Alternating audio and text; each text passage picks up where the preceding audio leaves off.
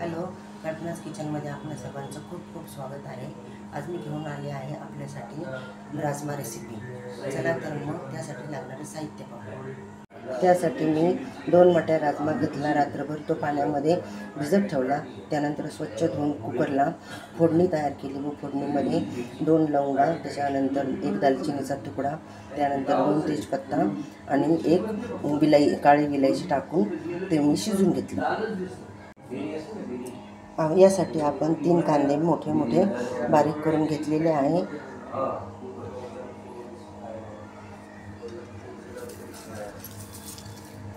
यामध्ये 3 टोमॅटो बारीक करून घेतले, 7-8 लसणाच्या पाकळ्या, त्यानंतर 1.5 इंच आलं, थोडीशी कोथिंबीर, 3 हिरव्या मिरच्या एवढं घेऊन हे बारीक वाटायचं। त्यामध्ये थोडासा राजमा टाकायचा।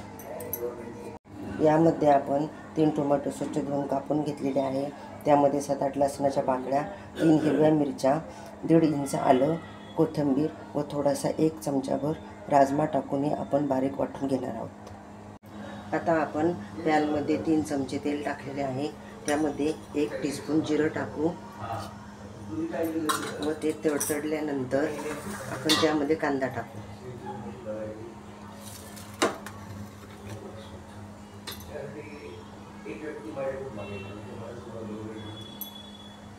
आता मी यामध्ये कांदा टाकत आहे, तो चांगला गोल्डन ब्राऊन होईपर्यंत भाजून घ्यायचा।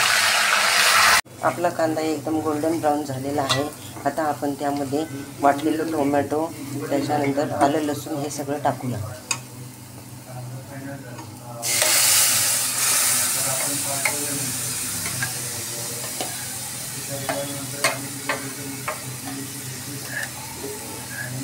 आता आपण यामध्ये मसाले टाकूया। प्रथम काश्मीरी लाल मिर्च 1 चमचा, कारण आपण टोमॅटोमध्ये 3 हिरव्या मिरच्या टाकल्या होत्या, त्यामुळे आपण 1च चमचा लाल मिरची पावडर टाकू, थोडी हळद टाकू, त्यानंतर धने जिरे पावडर टाकू व सर्व तेल सुटेपर्यंत परतून घेऊ। आता आपण मसाल्यामध्ये थोडंसं उकडलेल्या राजम्याचं पाणी टाकू, त्यामुळे मसाला जळणार नाही व व्यवस्थित परतला जाईल। आता आपण उकडलेला राजमा त्यामध्ये टाकूया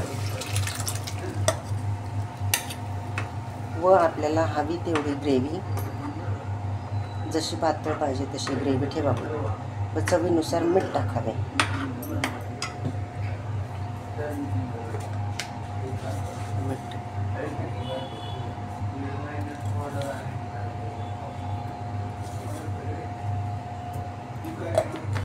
आता आपण राजम्याला उकळी आलेली आहे, त्यामध्ये अर्धा टीस्पून किचन किंग मसाला टाकू व 5 मिनिटं झाकण ठेवून उकळी आणून घेऊ। आता आपण छोट्या पॅनमध्ये 1 चमचा बटर टाकलं व ते उडू नये म्हणून आपण त्यामध्ये 1 चमचा 1.5 चमचा आपण तूप टाकलं व ते छान गरम